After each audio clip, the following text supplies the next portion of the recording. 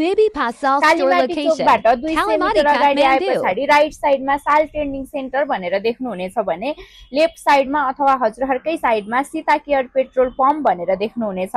पम्पको बिल्डिङमा आइसके पछाडि हजुरहरुले पम्पको बिल्डिङ सँगै बेबी पसलको स्टोर पनि देख्न सक्नुहुनेछ।